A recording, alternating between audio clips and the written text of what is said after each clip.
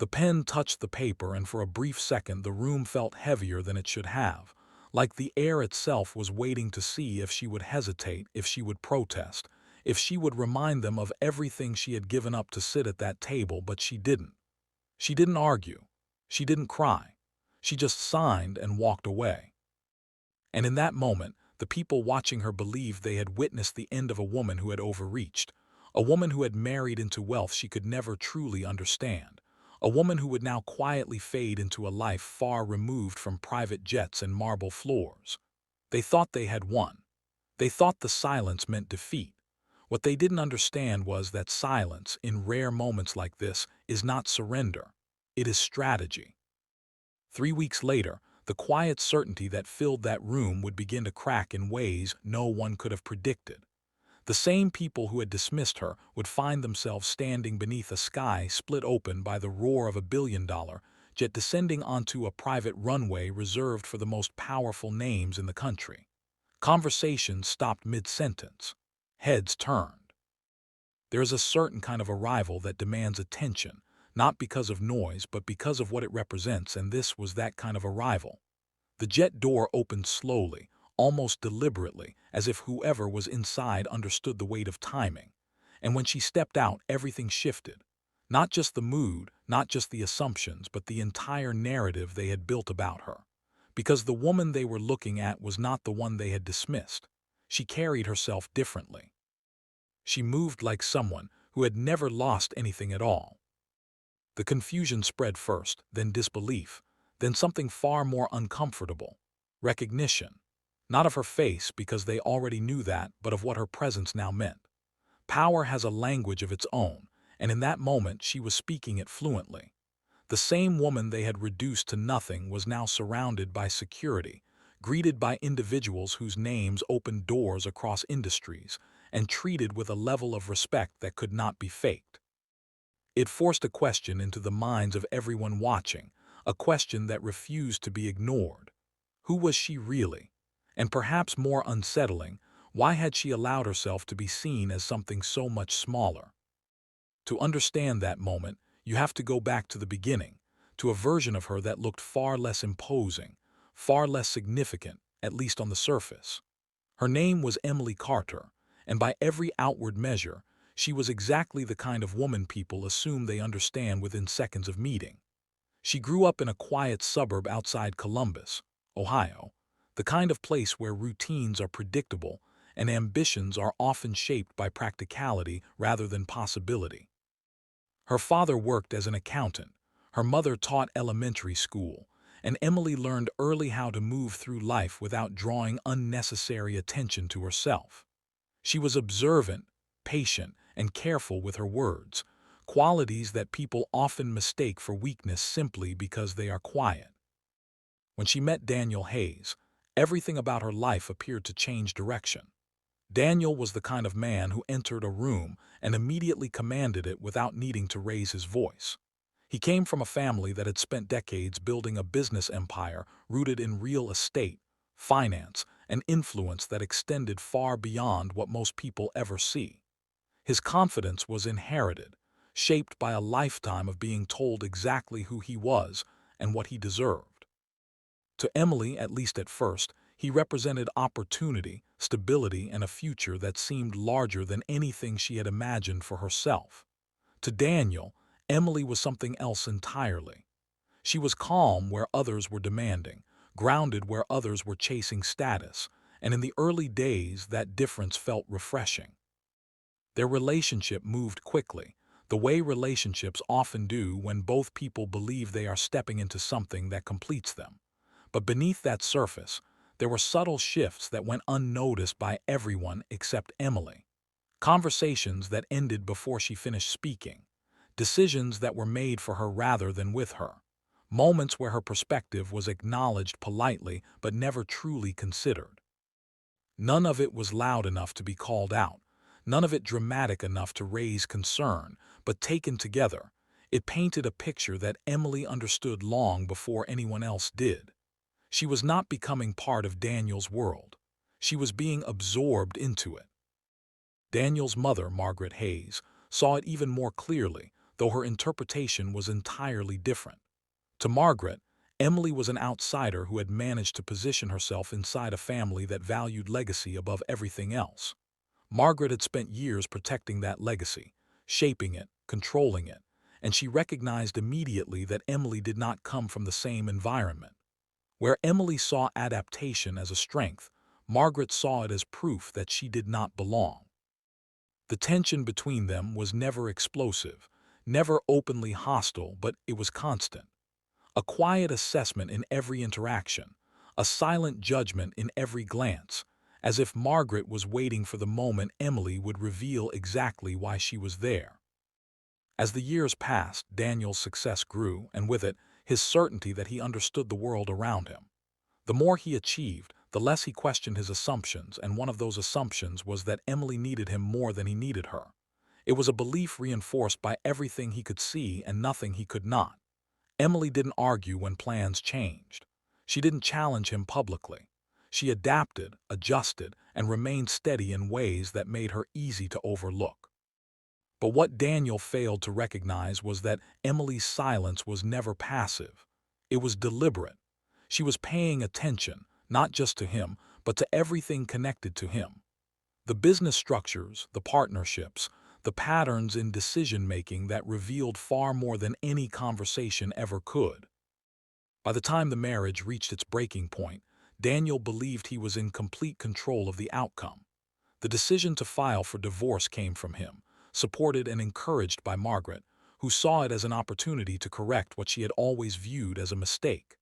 The narrative was simple and convenient. Emily had benefited from the marriage. Emily had lived a life she could not have accessed on her own. And now, Emily would leave with exactly what she had come in with, nothing more. The legal agreements were structured carefully, designed to ensure that no claim could disrupt the family's assets, no argument could extend the process, no negotiation could shift the balance of power. It was, from their perspective, a clean and efficient conclusion. The day Emily signed those papers, everything appeared to unfold exactly as they had planned. She arrived on time, dressed simply, composed in a way that made it easy to interpret her silence as resignation. The lawyers reviewed the documents, the terms were explained, and when the pen was placed in front of her, no one in that room expected anything other than compliance. And that is exactly what they got. She signed without hesitation. No demands, no questions, no attempt to negotiate. It was so straightforward that it almost felt anticlimactic, as if something had been missing. But no one questioned it, because it aligned perfectly with the story they had already decided was true. What they could not see, what they did not even consider, was that Emily had already made her decision long before that day. The signature was not the moment everything ended. It was the moment everything began to move into place. And as she walked out of that room, leaving behind the life they believed had defined her, she carried with her something far more valuable than anything written in those documents. She carried knowledge. She carried timing. She carried a plan that had been forming quietly, patiently, in the background of a life everyone else thought they understood. Before we dive deeper, let us know in the comments where you're watching from. We'd love to hear from you. And don't forget to hit that subscribe button so you never miss any of our upcoming videos. In the days that followed Emily Carter's quiet exit from that room, the version of events that Daniel Hayes and his mother Margaret Hayes chose to believe settled in quickly, like a story repeated enough times that it begins to feel like fact. Daniel returned to his routines without interruption, stepping back into boardrooms and negotiations with the same confidence that had always defined him, convinced that he had removed a complication from his life rather than misjudged it entirely. Margaret, on the other hand, carried a quieter satisfaction, the kind that comes from believing order has been restored, that a temporary disruption has been corrected before it could cause lasting damage. To both of them, Emily's silence had confirmed everything they thought they knew about her. It meant she had no leverage. It meant she had no strategy. It meant she had no power. But there is a difference between what people choose to see and what is actually there. And in Emily's case, that difference was about to become impossible to ignore. Because while Daniel and Margaret were moving forward with absolute certainty, there were small, almost invisible details beginning to surface that didn't quite align with the narrative they had accepted. A name mentioned in passing by someone who shouldn't have known it. A financial movement that didn't match the timeline they believed was complete. A quiet acknowledgement from individuals who operated in circles far beyond Daniel's immediate reach. None of it was loud enough to demand attention on its own, but taken together, it formed the outline of something far more complex than a simple divorce. And that is where the real questions begin to take shape, not as speculation, but as something far more unsettling. Was this a calculated plan, carefully constructed over time by someone who understood exactly how she was being perceived? Or was it a sequence of events that somehow aligned in her favor, creating the appearance of control where none was intended? Why did Emily sign those papers so easily, without resistance, without negotiation, without even a moment of visible hesitation that might have suggested she was losing something of value? And perhaps most importantly, what could she have known in that moment that allowed her to walk away from everything Daniel Hayes represented, only to return in a way that would leave him questioning his own assumptions? Because 3 weeks is not a long time. It is not enough time to rebuild a life from nothing into something that commands the kind of presence that turns heads and silences conversations. It is not enough time to transition from being dismissed as an outsider to arriving in a way that forces recognition from people who measure worth in influence and access. And yet, that is exactly what happened, which raises a question that becomes harder to ignore the more you consider it. If Emily Carter did not become powerful in those 3 weeks, then she must have already been. And if that is true, then everything about that divorce begins to look different. The silence no longer reads as defeat. The signature no longer feels like surrender. Instead, it starts to resemble something far more deliberate, a move made with full awareness of what would come next. It suggests that while Daniel and Margaret believed they were controlling the outcome, they may have been reacting to a plan they didn't even know existed. A plan that required patience, restraint, and the willingness to be underestimated for just long enough to make the final moment undeniable. So the questions remain, and they grow sharper the closer you look. What did Emily Carter know that no one else in that room understood? Who, if anyone, was standing behind her, unseen but influential enough to shift the balance of power so completely? And when she stepped out of that jet, carrying a presence that contradicted everything Daniel Hayes believed about her, was that moment driven by revenge? Or was it something far more calculated? Something that had been set in motion long before anyone realized there was a game being played at all? Long before the silence of that conference room and the signature that seemed to close a chapter, Emily Carter and Daniel Hayes had a beginning that looked, to anyone watching from the outside, almost ideal. They met at a charity event in Chicago, one of those carefully curated evenings where ambition and image blend seamlessly, where conversations are polished and intentions are often hidden beneath charm. Daniel noticed her first, not because she was the loudest voice in the room or the most visible presence, but because she wasn't trying to be. While others moved through the crowd with calculated confidence, Emily listened more than she spoke, choosing her words with precision when she did. To Daniel, who was used to being surrounded by people eager to impress him, that difference felt refreshing. It gave him the sense that she saw him as more than just the name he carried. And for Emily, Daniel represented a world that was structured, powerful, and expansive in ways she had only observed from a distance. Their early conversations were easy, their connection appeared genuine, and within months, what began as curiosity had evolved into something that looked like certainty. But even in those early days, there were moments that hinted at a different dynamic forming beneath the surface. Daniel had a way of steering conversations without making it obvious, redirecting topics, finishing her sentences before she could complete them, not in a way that seemed overtly dismissive, but enough to establish a rhythm where his voice carried more weight. Emily noticed it, though she rarely reacted. Instead, she adjusted, allowing the moment to pass, choosing observation over confrontation. It became a pattern that repeated itself in subtle ways. Decisions about where they would go, who they would see, how they would present themselves, all seemed to align with Daniel's preferences. And while Emily agreed outwardly, there was a quiet awareness in her that kept track of each instance, each small shift that reinforced where control truly sat. As Daniel's career accelerated, those patterns became more pronounced. His confidence expanded alongside his success, and with it came an assumption that his perspective was not just preferred, but correct. Emily adapted to this without resistance, creating the impression that she was content to exist within the structure he defined, even as she continued to observe everything around her with increasing clarity. Margaret Hayes entered that dynamic not as a disruptive force, but as one that had always been there, shaping it from the background.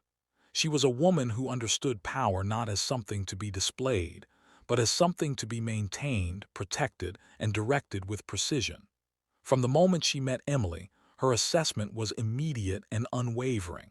Emily did not come from their world. She did not carry the same history, the same connections, or the same instinctive understanding of how things operated at the level the Hayes family occupied. Margaret's disapproval was never expressed through open hostility. Instead, it manifested in controlled interactions, in measured comments that carried more meaning than their tone suggested, in the way she would observe Emily during conversations, as if evaluating a variable that had yet to prove its value. To Margaret, Emily was temporary, a presence that would eventually reveal its limitations. And over time, that belief solidified into something she voiced with quiet certainty to those closest to her. She never belonged in this family. It was not said loudly, not announced in a way that demanded confrontation, but repeated enough in private that it became a foundation for how Emily was perceived within that environment. For Emily, those perceptions were never invisible. She recognized them early, understood the position she had been placed in, and rather than attempting to force acceptance, she chose a different approach. She remained composed, engaged when necessary and attentive in ways that allowed her to gather information without drawing attention to herself. It was in these moments, away from direct scrutiny, that her true awareness began to take shape. She read documents that were left unattended for just a moment longer than expected, financial reports that outlined more than just numbers, patterns in investments and partnerships that revealed the underlying structure of Daniel's growing empire. She listened to conversations that others assumed she wasn't fully engaged in, noticing details that were dismissed by those who believed they were the only ones paying attention.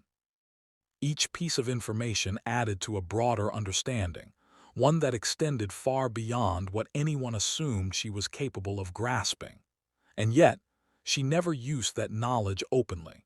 She never challenged Daniel with it, never confronted Margaret with the insights she had quietly accumulated. Instead, she allowed the perception of her to remain unchanged. To Daniel, she was supportive, adaptable, and non-confrontational. To Margaret, she was out of place, a presence that had yet to justify itself.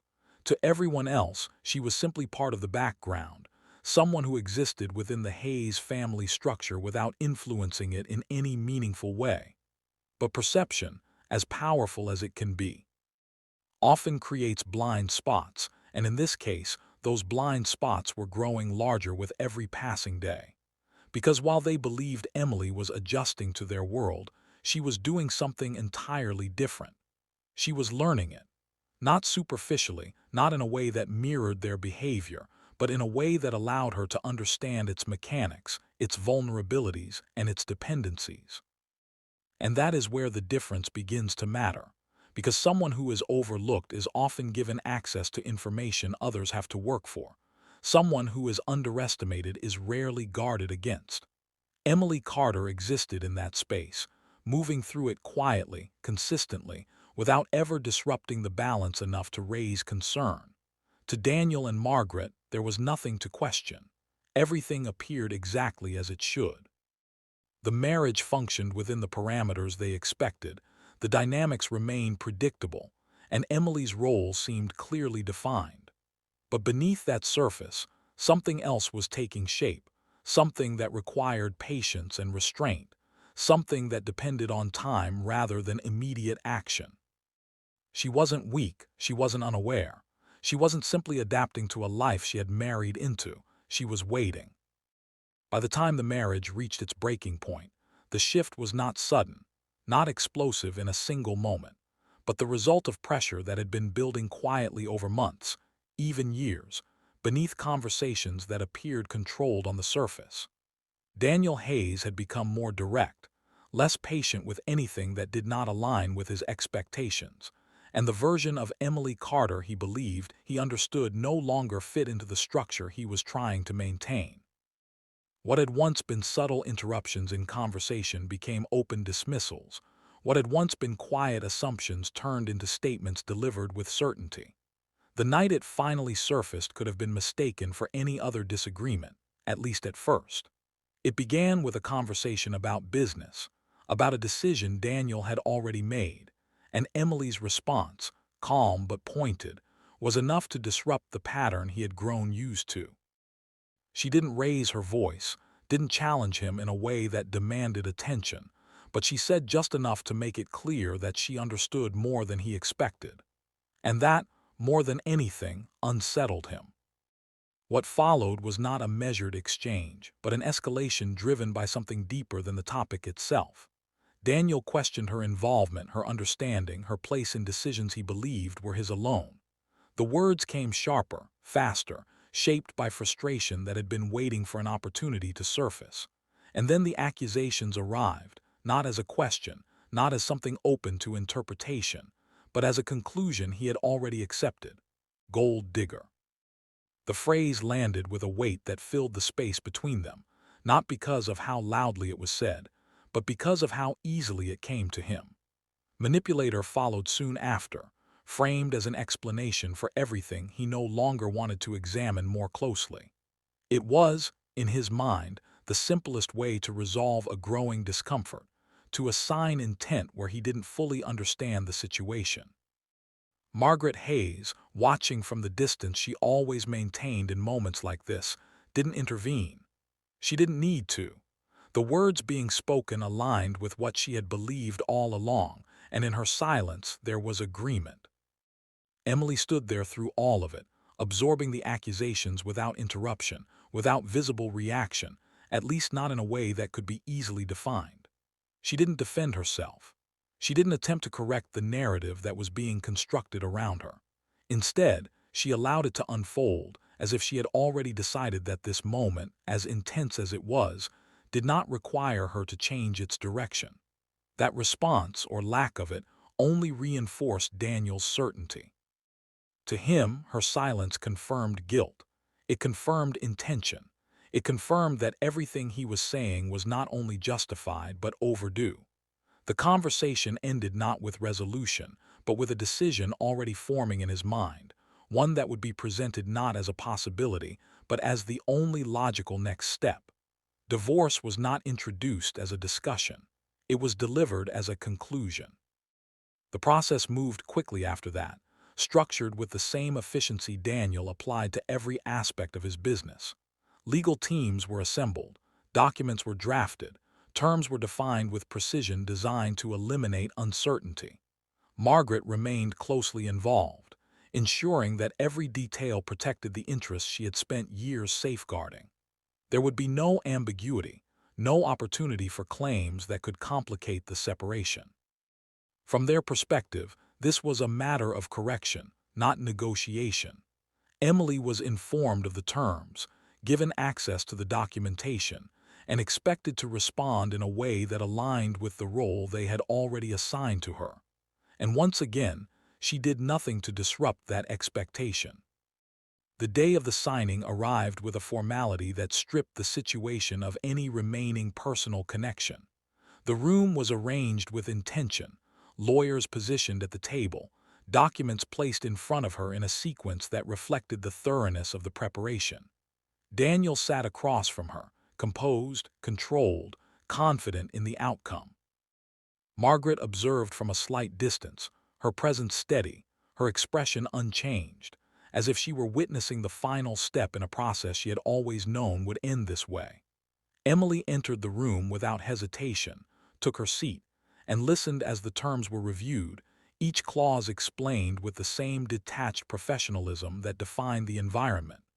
There was no attempt to soften the language, no effort to acknowledge the history that had led to this point. It was all structured, precise, and final. When the pen was placed in front of her, the expectation was clear. Sign and the process concludes. Refuse, and it becomes something more complicated, something prolonged. Daniel watched her closely, not with concern, but with the assurance of someone who believes there are no variables left to consider. Margaret's gaze was sharper, more analytical, as if she were still waiting for the possibility that Emily might attempt something unexpected, even though she didn't believe it would happen. And for a moment, just a brief moment that could have easily gone unnoticed, Emily paused. It wasn't hesitation in the way they would have understood it. It wasn't uncertainty. It was something else entirely, something contained, measured, almost reflective. Her eyes moved across the page, not as if she were reading it for the first time, but as if she were confirming something she already knew. Then, just as calmly as she had entered the room, she signed. No questions, no conditions, no indication that she had lost anything of value. If there was an expression on her face, it was not one that could be easily interpreted. There was no visible emotion that aligned with the situation, no reaction that fit the narrative Daniel and Margaret had constructed. If anything, there was a stillness to her that felt out of place, a composure that suggested she was not experiencing the moment in the same way as everyone else in the room. But that difference was subtle, easy to overlook, especially when the outcome matched expectations so perfectly. The documents were collected, the formalities completed, and just like that it was over. Daniel leaned back slightly, the tension he had carried through the process easing into a sense of resolution.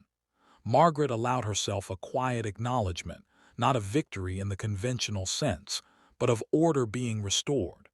To them, this was the conclusion they had anticipated from the beginning. Emily Carter, the woman they had questioned, the presence they had evaluated and ultimately dismissed, was now no longer part of their world. The structure remained intact. The narrative was complete. Emily stood, adjusted nothing, said nothing, and walked out of the room with the same calm she had carried into it. She didn't look back. She didn't ask for anything. No settlement beyond what had been outlined, no attempt to revisit the terms, no final statement that might have reframed the moment. She left exactly as they expected she would, quietly, without resistance, without disruption. And that is why they didn't see it. Because from their perspective, everything had gone exactly according to plan. And that's when she walked away, without asking for anything. In the weeks that followed Emily Carter's quiet exit from that conference room, her absence settled into Daniel Hayes' world with a kind of ease that reinforced everything he believed about the decision he had made. There were no calls, no messages, no attempts to revisit what had already been finalized.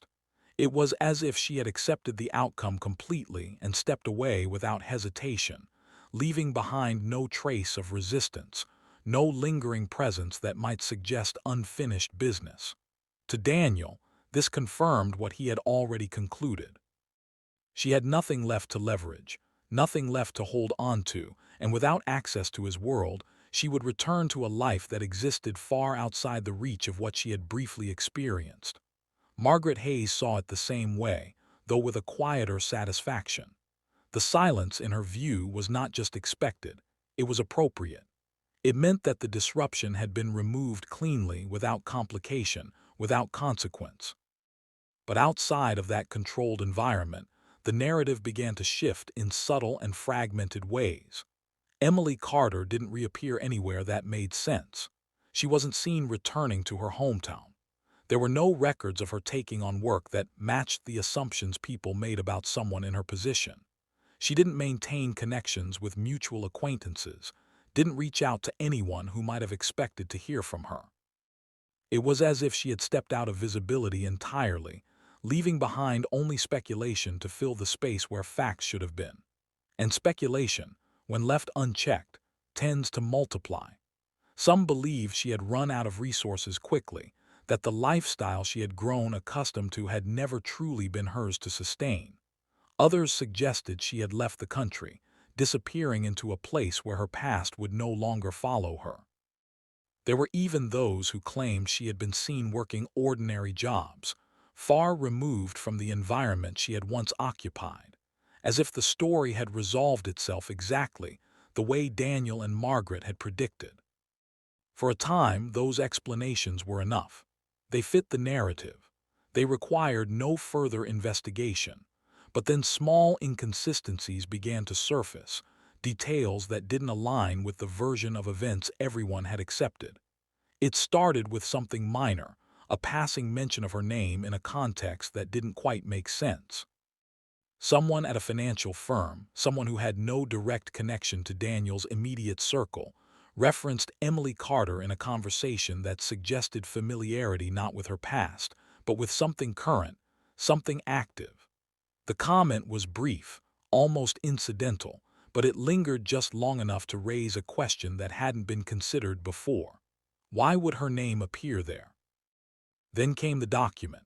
It wasn't public, not something widely circulated or easily accessible, but it surfaced just enough to be noticed by the right person. It was tied to a transaction, structured through layers of entities that made it difficult to trace directly.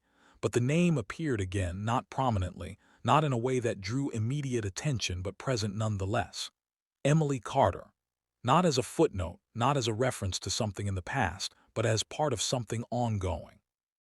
And that's when the first real doubt began to take hold.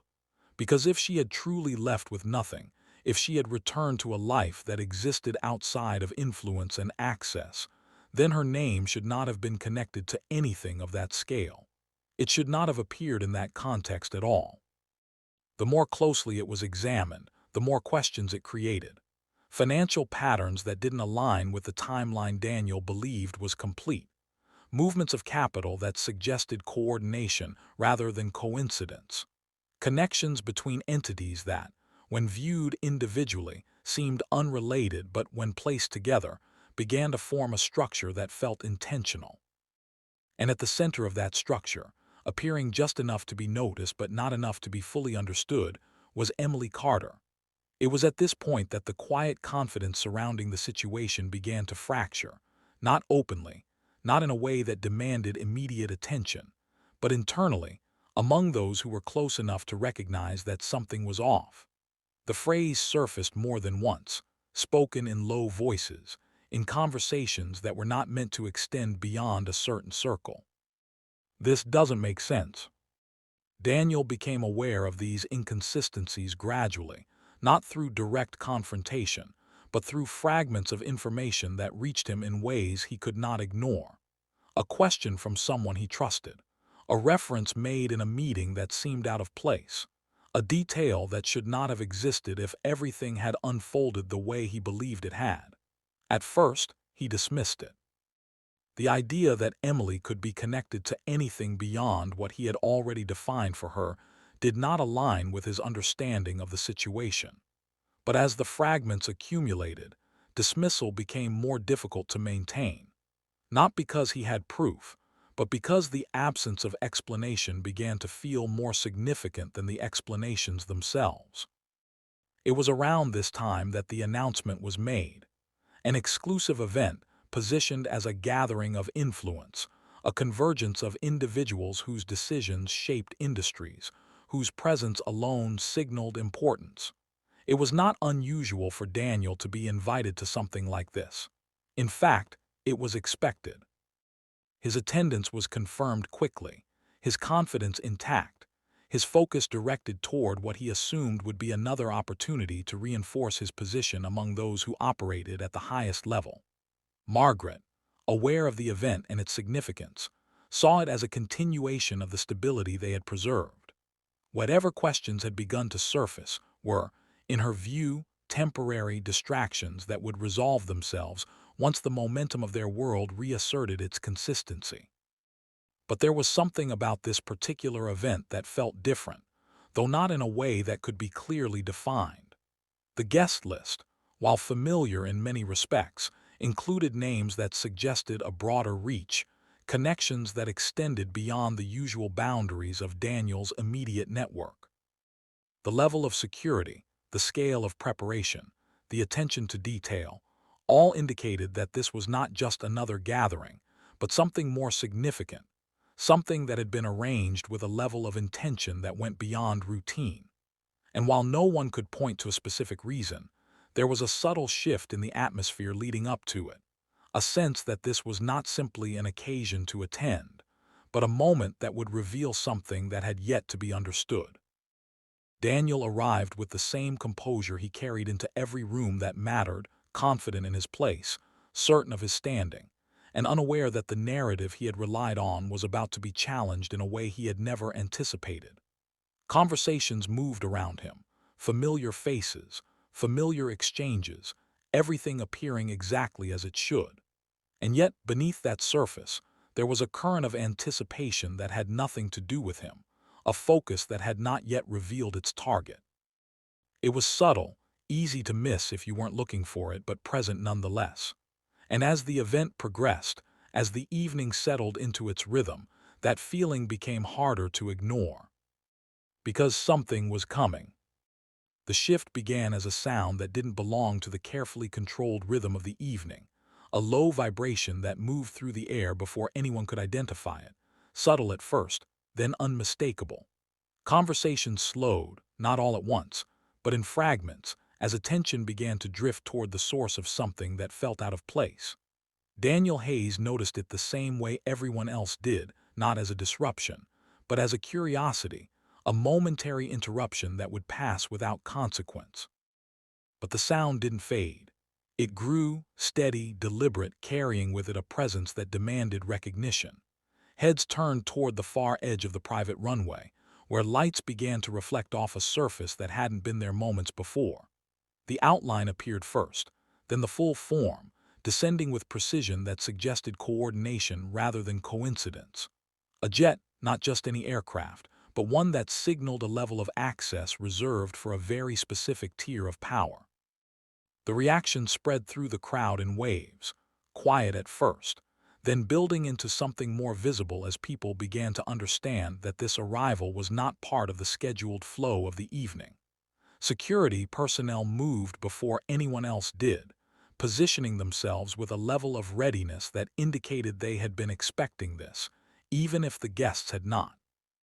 Their presence created a boundary, not forceful, but clear enough to redirect attention toward the center of the moment that was unfolding. Daniel remained where he was, his expression controlled, though his focus had shifted completely. Margaret Hayes, standing just behind him, narrowed her gaze slightly, her attention fixed on the aircraft with a precision that suggested she was already trying to assess its significance.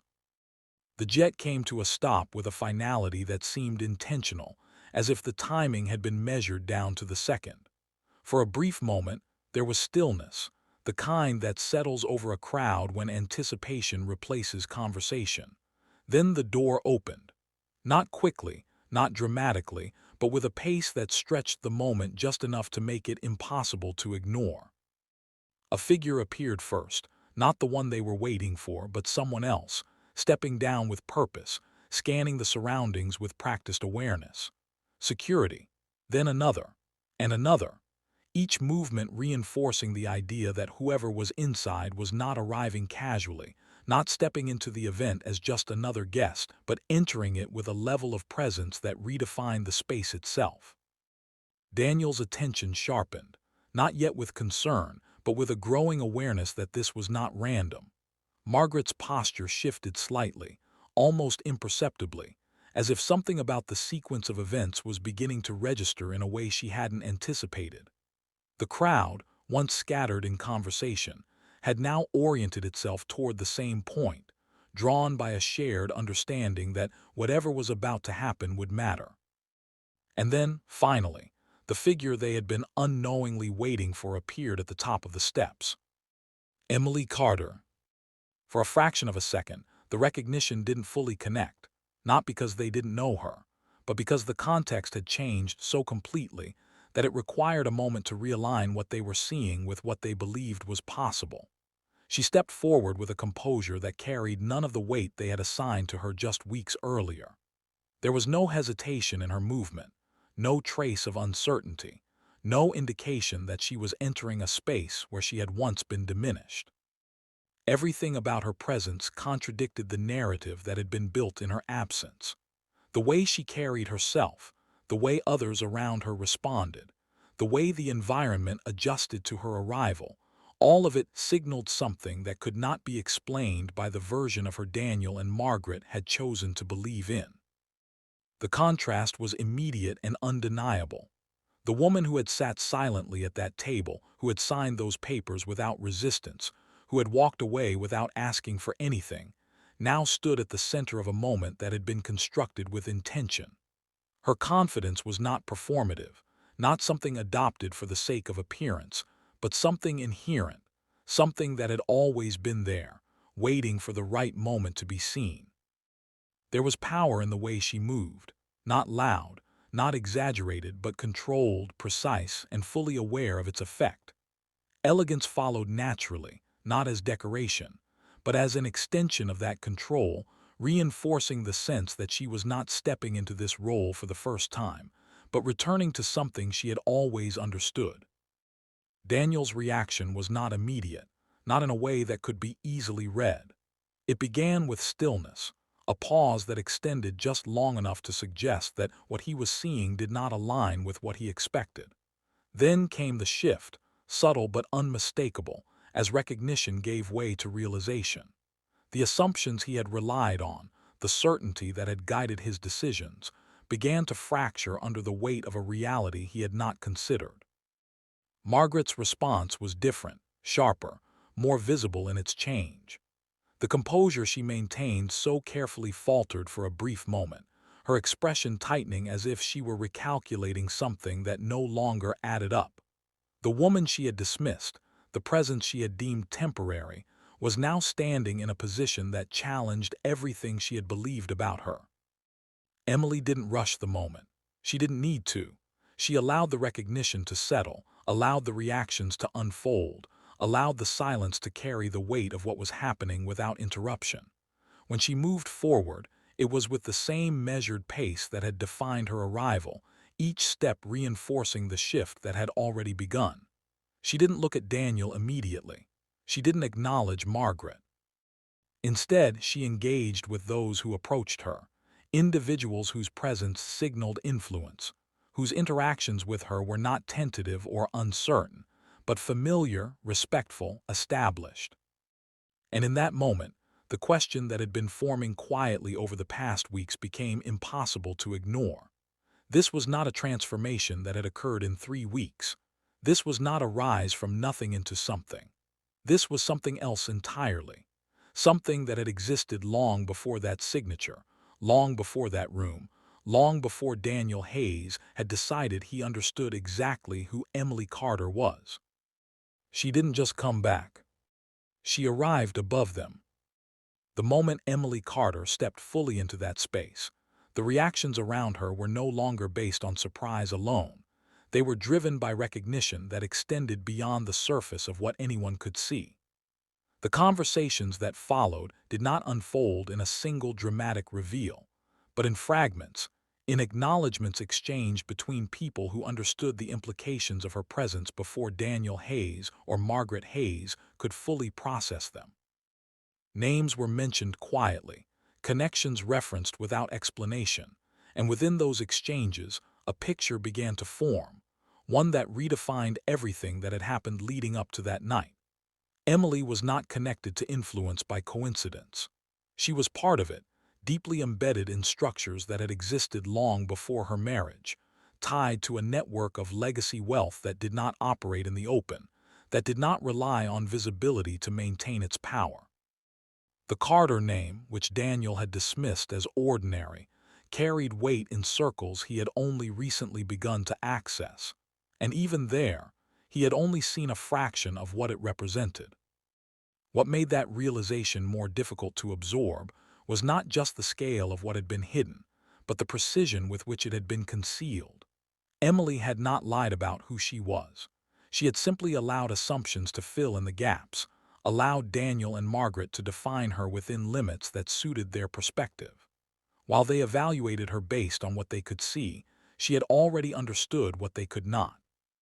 She had read through the structures of Daniel's business, identified its dependencies, its strengths, and more importantly, its vulnerabilities. The documents she had quietly reviewed, the conversations she had listened to without interruption, the patterns she had observed over time, all of it had contributed to a level of awareness that neither Daniel nor Margaret had considered possible. And when the moment came, when the decision to end the marriage was placed in front of her, she didn't resist it because it aligned with something she had already set in motion. The confirmation of that came not through a single statement, but through actions that spoke more clearly than any explanation could.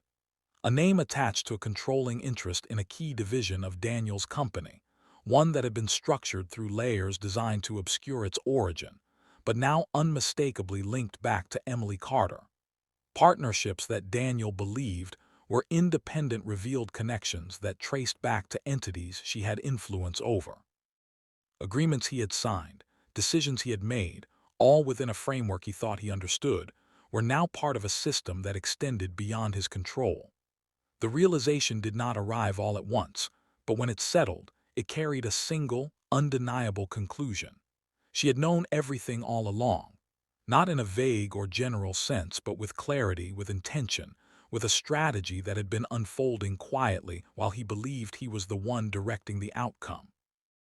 Daniel's response was not immediate, not explosive, but it was visible in the shift that moved through him as the pieces began to connect. The confidence that had defined him did not disappear, but it faltered, interrupted by the recognition that his understanding of the situation had been incomplete from the beginning. He had believed he was ending a chapter, removing a complication, securing his position. Instead, he had accelerated a process that had already been designed to move forward without him. The control he thought he had maintained was now exposed as conditional, dependent on factors he had never accounted for.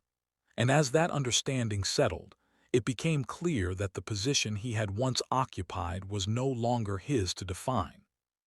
Margaret Hayes reacted differently, her composure breaking in a way that was more immediate, more difficult to contain.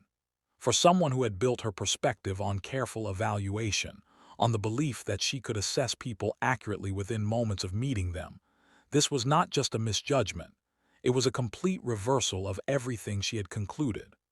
The woman she had dismissed, the presence she had deemed temporary, was now connected to a level of influence that extended beyond anything Margaret had anticipated.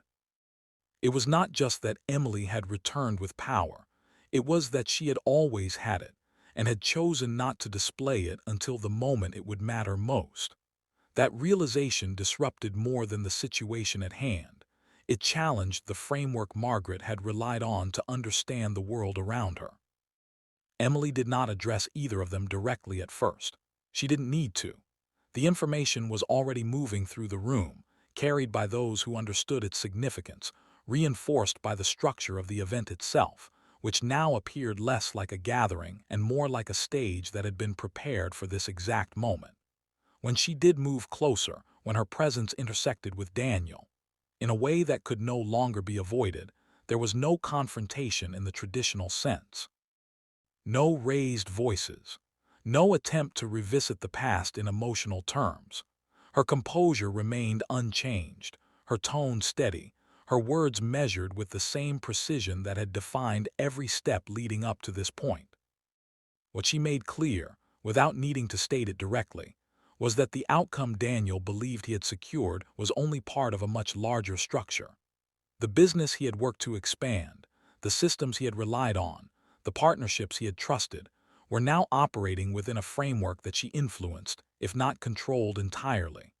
The divorce, which he had positioned as a separation that removed her from his world, had in fact removed him from a position of authority he thought was permanent. And the most unsettling part of that realization was not just the loss of control, but the understanding that it had been avoidable, that the signs had been there, visible in moments he had chosen to dismiss. Emily's version of resolution did not involve humiliation in the way Daniel and Margaret had once attempted. It did not require spectacle or confrontation.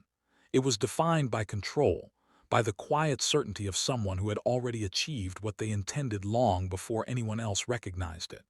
She did not need to take anything from them in that moment, because the shift had already occurred. The balance had already changed. And as she moved through the room, engaging with those who understood her position, leaving Daniel and Margaret to process the reality that had replaced their assumptions, it became clear that what had happened was not a reaction, not a sudden reversal, but the conclusion of something that had been carefully constructed from the very beginning. In the aftermath of that night, when the conversations had ended and the crowd had dispersed, what remained was not just the memory of a dramatic arrival or a reversal of power, but a quiet realization that settled differently for everyone who had witnessed it. For Daniel Hayes, the understanding came in fragments, in moments where the details he once dismissed returned with a clarity that was impossible to ignore. The way Emily Carter had listened without interruption, the way she had moved through his world without demanding attention, the way she had signed those papers without resistance, all of it began to take on a different meaning.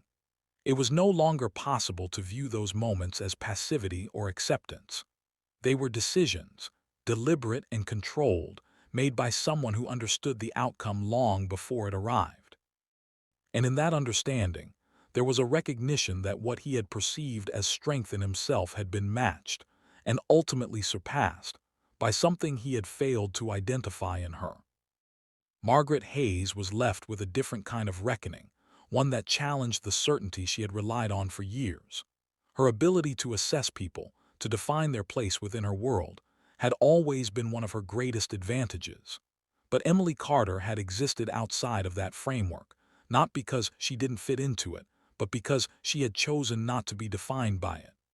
The quiet composure Margaret had interpreted as insignificance had, in reality, been control.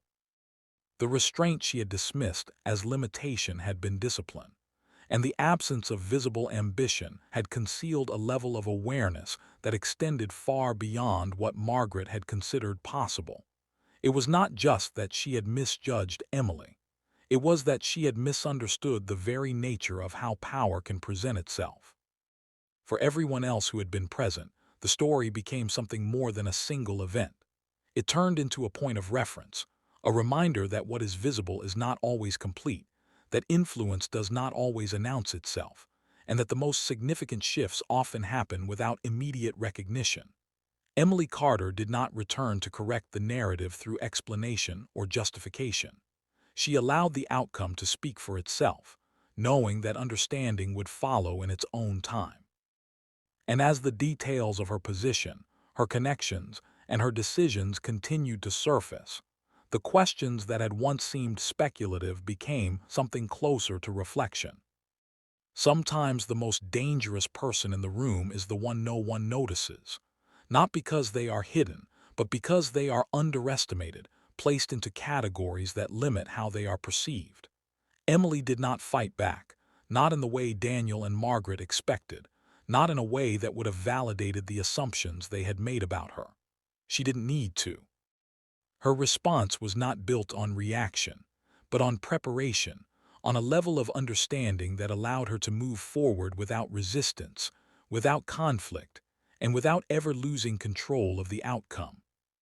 And that leaves a final question, one that extends beyond the specifics of this story and into something broader. Was this revenge, a calculated return designed to reverse the roles and expose the misjudgments that had been made?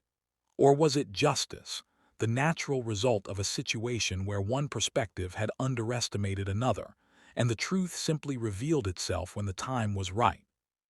And as the story of Emily Carter and Daniel Hayes continues to circulate, not just as a moment of shock, but as something people revisit, analyze, and question, it leaves behind more than just a sequence of events. It leaves behind a pattern, one that becomes clearer the more you look at it. The interruptions that seemed small at the time, the assumptions that were never challenged, the quiet observations that went unnoticed, all of it builds into something that feels obvious in hindsight, but only after the outcome has already unfolded. Daniel believed he understood the situation because everything he could see supported his conclusion. Margaret believed she had evaluated Emily accurately because she relied on what had always worked for her before. But what neither of them accounted for was the possibility that the most important details were the ones they never thought to question. Emily Carter didn't need to correct them. She didn't need to argue her position or prove her value in ways they would have recognized. She allowed them to continue believing exactly what they wanted to believe, knowing that the truth would eventually surface on its own terms. And when it didn't arrive as a debate or a confrontation. It arrived as a reality they had to face without preparation, without control, and without the ability to change it. That is what makes this story linger, what keeps it from fading into something simple or easily explained. Because at its core, it isn't just about what happened, it's about what was missed, what was overlooked, and what can happen when certainty replaces curiosity. So if you place yourself in Daniel Hayes' position, looking back at every moment that led to that final outcome, every conversation, every decision, every assumption, you have to ask yourself a question that doesn't have an easy answer. If you were in his position, would you have seen the signs, or would you have made the same mistake? Let me know in the comments what you think really happened, and don't forget to subscribe. Do you believe she planned it from the beginning?